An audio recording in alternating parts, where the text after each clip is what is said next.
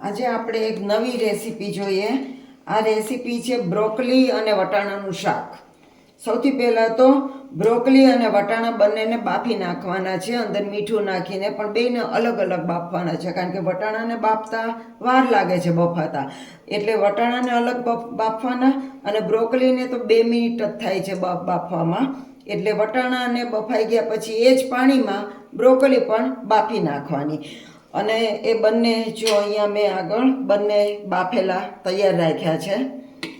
પછી વઘાર મૂકવાનો છે અને વઘારમાં જીરું નાખવાનું અને આદુ મરચાંની પેસ્ટ નાખવાની।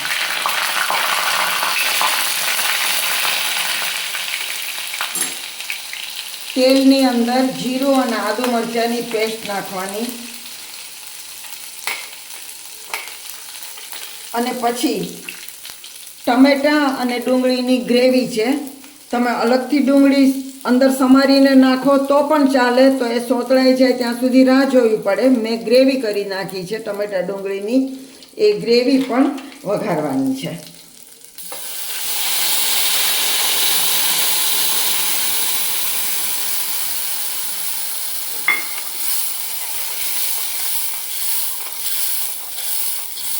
થોડી વાર આપણે આને કૂક થવા માટે રહેવા દેશું। તેલ બહાર નીકળતું લાગે એટલે એમાં મસાલો કરશું, તો થોડી વખત આપણે એને રહેવા દઈએ સ્થિર કરીને। આપણે હવે જોઈએ તેલ નીકળ્યું છે નહીં, જો તેલ છૂટું પડ્યું છે। હવે એમાં આપણે મસાલો કરવાનો છે। બ્રોકલી અને વટાણાને ધ્યાનમાં રાખીને એ પ્રમાણે મસાલો કરવાનો છે। તો મરચું નાખીએ, હળદર નાખવાની છે, મીઠું બહુ થોડું નાખવાનું છે, કારણ કે આપણે બ્રોકલી અને વટાણાને બાફ્યા ત્યારે મીઠું નાખેલું, એટલે મીઠું થોડુંક જ નાખજો, નહીંતર ખારું થઈ જશે। ધાણા જીરું નાખીએ અને થિકનેસ લાવવા માટે 1 ચમચા જેટલો ચણાનો લોટ નાખવાનો છે, જેથી થિકનેસ આવે। અને ચણાનો લોટ નાખ્યો છે એટલે થોડીક સમય આપણે એને હલાવ્યા કરવું પડશે, નહીંતર ચણાનો લોટ નીચે ચોંટી જાય। અને હવે ફરી વખત તેલ બહાર નીકળે એટલે બ્રોકલી અને વટાણા અંદર નાખી દેવાના। બહુ સહેલી રેસીપી છે અને છતાં પણ એકદમ સ્વાદિષ્ટ આ રેસીપી છે। બ્રોકલીની અંદર ઘણા બધા વિટામિન્સ આવ્યા છે। આપણા ફૂલની જેમ જ ફ્લાવરનું શાક જે રીતે સમારીએ છીએ એવી જ રીતે બ્રોકલી સમારવાની છે। જો તેલ બહાર નીકળવા માંડ્યું છે અને એટલે હવે એમાં વટાણા અને બ્રોકલી આપણે નાખી દઈએ।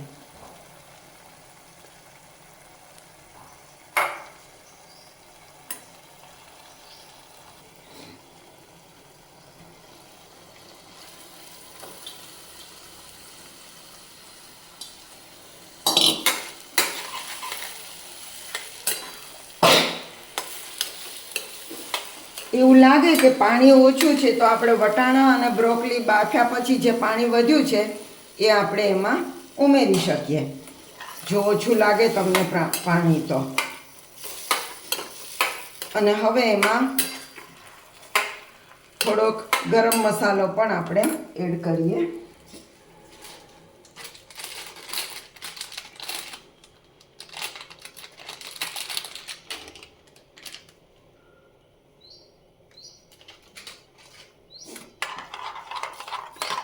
હવે આને થોડી વખત કૂક થવા માટે રહેવા દઈએ।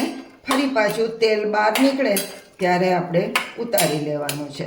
તો બહુ જ સહેલું આ શાક છે અને પરોઠાની જોડે ખૂબ સરસ લાગે છે બ્રોકલીનું શાક।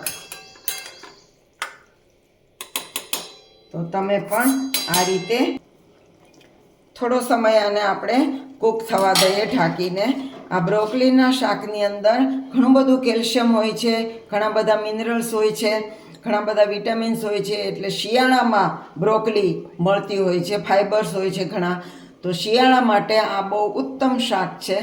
તો તમે પણ આ રીતે આ શાક કરજો અને કેવું થાય છે એ મને કોમેન્ટ્સ કરીને જણાવજો। થોડો સમય આપણે ઢાંકી રાખીએ.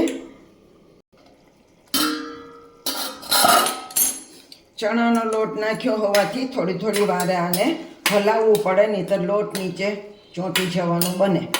તો જુઓ, હવે આપણું બ્રોકલીનું શાક એકદમ તૈયાર થઈ ગયું છે. સરસ મજાની સુગંધ પણ આવે છે. તો હવે આ શાકને ગરમા ગરમ પરોઠાની જોડે આપણે ખાવાના ઉપયોગમાં લઈ શકીએ, સર્વ કરી શકીએ. તો કેવી લાગી આ રેસીપી મને જણાવજો.